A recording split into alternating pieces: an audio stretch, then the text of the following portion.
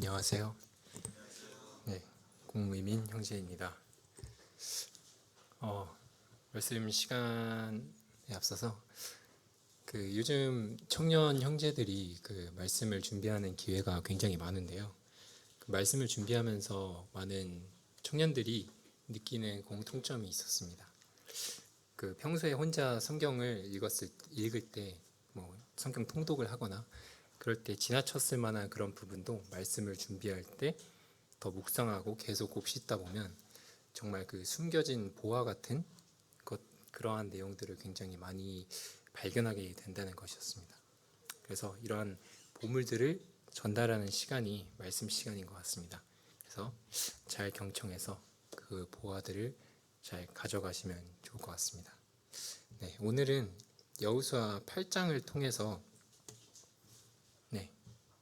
말씀을 전달하도록 하겠습니다.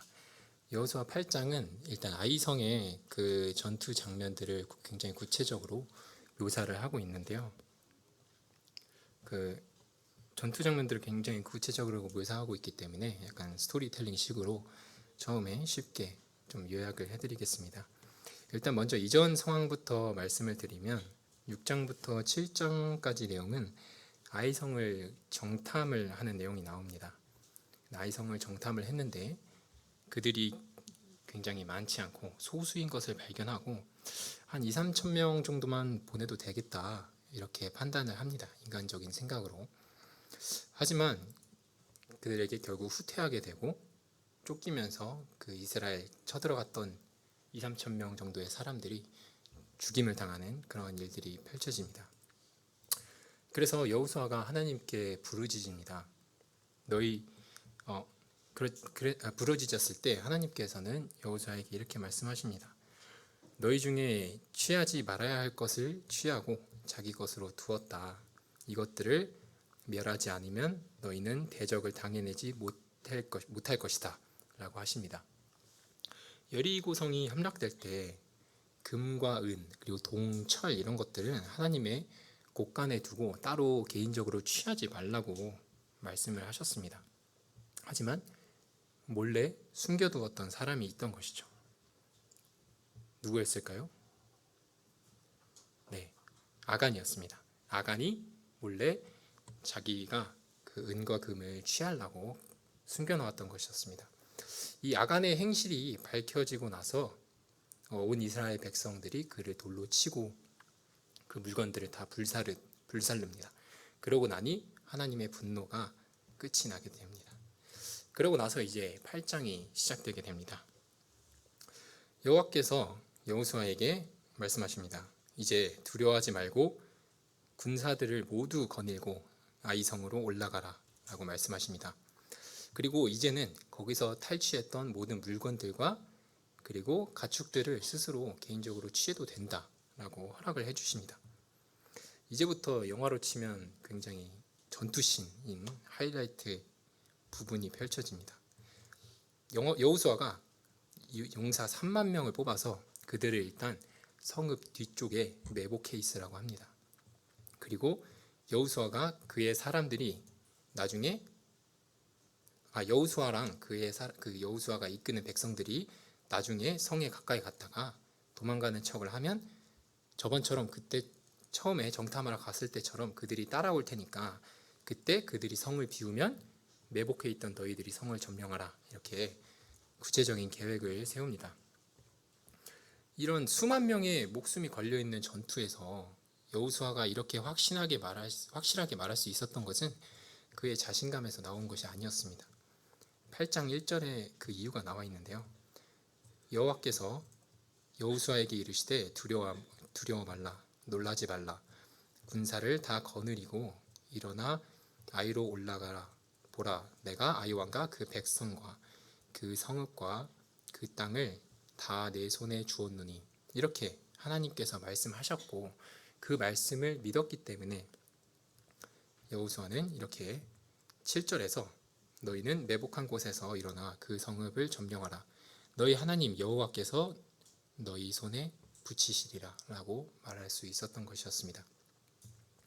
그렇게 미리 3만 명의 매복할 병사들을 미리 보내고 여호수아는 그 다음날 아침에 그 사람들을 데리고 함께 아이로 올라갑니다. 그리고 그 중에서 5천 명 정도를 또 다시 택해서 성읍 서편에 또 이들을 매복을 시킵니다. 그러자 아이 성의 왕이 여호수아와 그의 백성들이 성 앞에 진을 친 것을 보고 바로 급하게 싸우러 나가게 됩니다. 그때 이제 여호수아와 그의 이스라엘 백성들이 그들 앞에서 패한 척하면서 광야길로 도망가게 됩니다. 여호수아가 말했던 대로 그들은 여호수아를 따라왔고 심지어 성문을 열어둔 채 모든 전 군대가 그들을 따라서 멀리까지 광야로 따라옵니다. 이때 여호와께서 여호수아에게 18절에 말씀하십니다. 내 손에 잡은 단창을 들어 아이를 가리키라. 내가 이 성읍을 내 손에 주리라. 여호수아가 그 손에 잡은 단창을 들어서 아이를 가리키자 이제 매복해 있던 그 3만 명과 5천 명의 복병들이 모두 일어나서 텅 빈 성읍을 점령하고 불태웁니다. 그때 성읍에서 연기가 피어오르는 것을 본 그 아이 사람들, 아이 왕과 그의 따르는 군대들은 이제 뒤로 돌아갈 수도 없고 이미 광야로 한참 나온 상태이기 때문에 어쩔 수가 없게 됩니다. 그때 도망가는 척하던 여호수아의 백성들이 뒤로 돌아서 아이 사람들을 모두 죽이게 됩니다. 이때 또 아이 성에 먼저 침투했던 복병들도 뒤에서 나와서 그들을 포위해서 아이 왕과 그들을 모두 죽이게 됩니다. 이날 죽은 아이 사람들이 남녀 모두 12,000명이라고 성경에 기록되어 있습니다. 이번에는 하나님께서 이스라엘이 탈취한 것들을 여리고 때와 달리 모두 취할 수 있도록 허락을 해주십니다. 그리고 이제 마지막에는 여호수아가 하나님을 위해서 단을 쌓고 그리고 하나님께 번제와 화목제를 드립니다. 그리고 이스라엘 자손들 모두 본 앞에서 모세의 기록한 율법을 제단 돌에 기록하고 율법책에 기록된 모든 말씀을 빠짐없이 그들 앞에서 낭독하면서 8장이 끝나게 됩니다. 네. 이 말씀을 통해서 우리가 알 수 있는 하나님의 어떠하심 그리고 이를 통해서 우리가 배울 수 있는 점들을 좀 나누도록 하겠습니다. 첫 번째는 하나님이 정하신 때가 있다는 것입니다. 처음에 여리고를 쳤을 때는 분명히 하나님께서 은과 금을 그리고 동철 기구들을 여호와께 드릴 것이니 취하지 말고 구별해 두라고 하셨습니다. 6장에서 이 말을 여호수아가 하지만 7장을 보면 이스라엘이 범죄하여 내가 그들에게 명한 나의 언약을 어기었나니 이렇게 말씀하시는 걸 보았을 때 여호수아가 자기가 한 말이 아니라 하나님께서 여호수아를 통해서 그들에게 하신 말씀이라는 것을 알 수 있습니다. 하나님께서 여호수아를 그런데 하지 말라고 하면 꼭 하는 사람들이 있습니다. 남 얘기를 하는 것이 아니라 저희 다 그렇죠.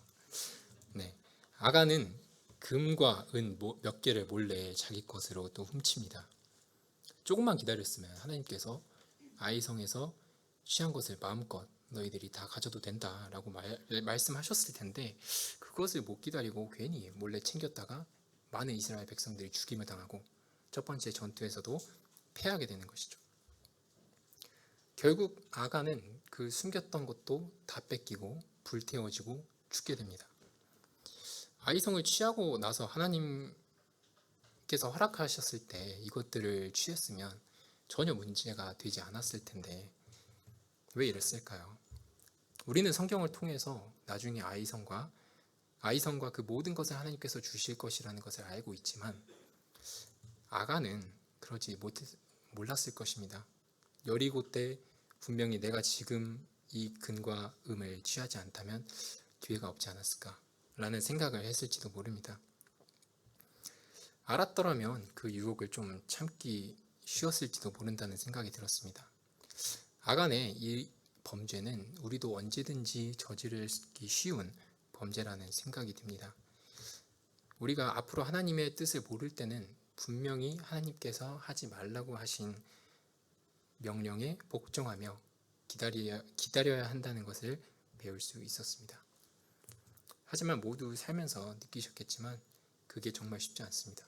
그렇기 때문에 우리의 하나님을 따르는 길이 좁은 길, 그리고 다름박질, 전쟁, 싸움이라고 말씀에서 표현하고 있는 것 같습니다. 사라가 늦은 나이에 이삭을 갖게 된 것, 그리고 한나도 마찬가지죠. 이 모든 것이 하나님이 정하신 때가 있었습니다. 심지어 끝까지 기다렸는데도 우리가 생각하는 하나님의 때는 오지 않을 수도 있을 거라고 생각을 합니다. 우리 결혼할 때가 된 청년들 사이에서 이런 말을 굉장히 많이 들을 수 있습니다. 나는 분명히 나에게 예비된 배우자를 보내주실 것이라고 믿어 라고 이렇게 말씀 많이 하죠. 저도 분명 그랬으면 좋겠지만 하나님께서 그렇게 약속하신 게 아니잖아요. 그래서 우리가 하나님에게 배우자를 맡겨둔 것도 아니고, 그래서 언제 주실지 안 주실지도 모르는 거라고 생각을 합니다. 그 전까지 우리가 해야 될 것은 하나님께서 분명하게 주셨던 말씀에 순종하고 기다리는 것 뿐인 것 같습니다. 우리는 또 하나님께서 분명히 약속하신 것 또한 기다리기 힘들어하는 것 같습니다. 하나님께서 분명히 이 세상은 사라질 것이고 영원한 것을 위해서 썩어질 것에 대해 염려하지 말라라고 말씀하셨지만,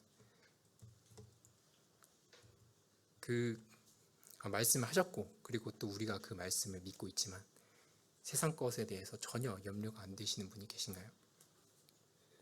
무언가 약속하셨을 때 그분의 신실하심을 믿는 믿음이 저에게 필요한 것 같습니다. 우리는 그저 그분의 말씀에 순종하고 기다려야 하고 그분의 하신 약속을 믿으며 끝까지 기다려야 할 것입니다. 두 번째로는 사람의 생각으로는 이해할 수 없는 하나님의 생각입니다. 하나님께서 여리고 때는 분명히 은과 금을 취하지 말라고 하시고 아이 때는 취해도 된다고 하셨습니다. 하나님께서 여리고 때 충분히 제사를 받으셔서 이제 좀 배부르셔서 이제 그만 줘도 된다. 아이 때는 너희가 취하라. 이렇게 말씀하신 걸까요? 당연히 아니죠. 성경에서 분명히 말씀하고 있지만 은과 금은 하나님께 필요한 것이 아닙니다. 또 아간 한 사람이 물건을 좀 숨긴 것 때문에 그 사람이 보기에 죄 없는 그 나머지 이스라엘 백성 많은 사람들이 죽임을 당하고 전쟁에서 패했습니다. 왜 그러셨을까요? 연대 책임을 가르치려고 그러신 걸까요? 특히 구약 성경을 보다 보면 우리는 정말 이해할 수 없는 내용들이 너무나도 많이 나오는 것 같습니다. 왜 선과 악을 알게 하는 나무를 동산 가운데 심으셨을까? 그리고 사울에게 아멜렉 백성들을 치라고 하실 때 그 불쌍한 젖먹이 그냥 죄 없는 아기들까지도 다 죽이라고 왜 그러셨을지, 그리고 또 괴가 쓰러지는 것 같아서 본능적으로 괴를 막았는데 하나님은 웃사를 죽이셨습니다. 정말 인간의 논리와 상식으로는 이해할 수 없는 하나님의 역사가 계속해서 나타나고 있습니다. 구약 성경에서, 신약에서도 마찬가지죠. 하지만 우리의 생각과 상식은 언제까지나 인간이 보는 이 좁은 시야와 작은 뇌로 생각할 수밖에 없다는 것을 우리가 알아야 할 것입니다. 인간에게 죽음이라는 개념과 시간과 이 공간이라는 개념이 창조주이신 하나님에게도 동일할까요? 우리는 그저 하나님의 하나님 되심을 인정해야 하고 그분의 생각은 우리의 생각과는 비교할 수 없다는 것을 우리가 알아야 하는 것입니다. 이사야서 55장 8절부터 9절입니다. 여호와의 말씀에 내 생각은 너희의 생각과 다르며 내 길은 너희의 길과 달라서 하늘이 땅보다 높음같이 내 길은 너희 길보다 높으며 내 생각은 너희 생각보다 높으니라. 잠언 3장 5절부터 6절입니다. 너는 마음을 다하여 여호와를 의지하고 내 명철을 의지하지 말라. 너는 범사의 글을 인정하라. 그리하면 내 길을 지도하시리라. 네, 마지막 세 번째 포인트입니다. 하나님의 말씀에 순종하고 믿은 결과입니다. 결국 여호수아는 아이성을 상대로 대승을 거두게 됩니다.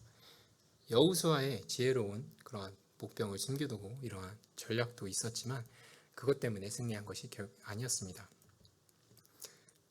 여호수아는 아간을 제하라는 하나님의 그 명령에 순종했고 또 아이성을 너희에게 주겠다라고 하셨던 그 말씀에 믿고 전쟁을 나갔습니다. 우리는 성경에서 하나님께서 이길 거라고 하셨을 때 바로 전쟁에 뛰어들었던 다윗, 기드온, 여호수아 이러한 인물들을 많이 접해서 굉장히 전쟁에 나가는 것을 쉽게 생각할 수 있습니다. 하지만 이것은 말 그대로 전쟁터입니다. 내가 책임지는 수많은 병사들이 죽을 수도 있고 내가 심각하게 부상을 당하거나 다칠 수도 있는 그런 전쟁에서 하나님의 말씀 하나만 믿고 나아가는 그러한 믿음의 선조들의 모습을 보게 됩니다. 물론 그들은 하나님을 대면했고 하나님의 음성을 직접 들었던 사람들입니다. 우리에게는 왜 이렇게 직접 말씀해 주시지 않나요? 라고 생각할 수 있습니다. 왜 요즘엔 이러한 음성 서비스를 저희에게 제공해 주시지 않나요? 이런 생각도 많이 해봤습니다. 저도. 하지만 하나님께서는 여호수아, 다윗, 바울 그리고 예수님의 제자들 그리고 모든 하나님의 사람들에게 하셨던 말씀, 심지어 하나님과 예수님의 대화까지 성경에 이미 기록해 주셨습니다. 또한 우리는 이러한 하나님의 놀라운 일들을 보지 못한 것에 대해 아쉬울 수 있습니다. 보았으면 나도 정말 이 정도의 믿음을 가지고 있었을 텐데 라고 생각할 수 있습니다. 하지만 요한복음 20장 29절에는 이렇게 나와 있습니다. 너는 나를 본고로 믿느냐? 보지 못하고 믿는 자들은 복되도다 라고 말씀하셨습니다. 이렇게 하나님의 말씀에 우리의 인생을 걸 수 있는 믿음은 우리의 확신에서 나오는 것이 아니라 하나님의 행하신 일들을 통해서 그분이 얼마나 신실하시고 위대하신 분이신 줄 알아갈 때 생기는 것이라고 생각이 듭니다. 마지막으로 정리하도록 하겠습니다. 저는 오늘 여호수아 8장을 통해서 이 세 가지를 배우게 됐습니다. 하나님의 정하신 때가 있다는 것. 우리는 그 때를 알 수가 없습니다. 그저 하나님께 끝까지 순종하고 그분의 약속을 믿고 기다리는 것밖에 없습니다. 두 번째, 하나님의 생각은 우리의 생각과 다를 뿐만 아니라 차원이 다르게 높다는 것을 저희가 인정해야 합니다. 그의 생각을 우리가 이해하지 못하는 것은 너무나도 당연한 것입니다. 마지막으로는 하나님의 말씀에 순종하고 믿을 때, 그럴 때 최후의 승리를 주신다는 것입니다. 성경을 통해서 우리에게 마지막 날에 주님의 통치와 이러한 승리를 약속을 하셨습니다. 하나님께서는 분명히 말씀을 지키시는 분이십니다. 우리의 생각을 버리고 어린아이와 같이 그 말씀을 믿고 순종하는 저희 모두가 되어가길 소망합니다. 네, 오늘 말씀을 여기까지 하도록 하겠습니다.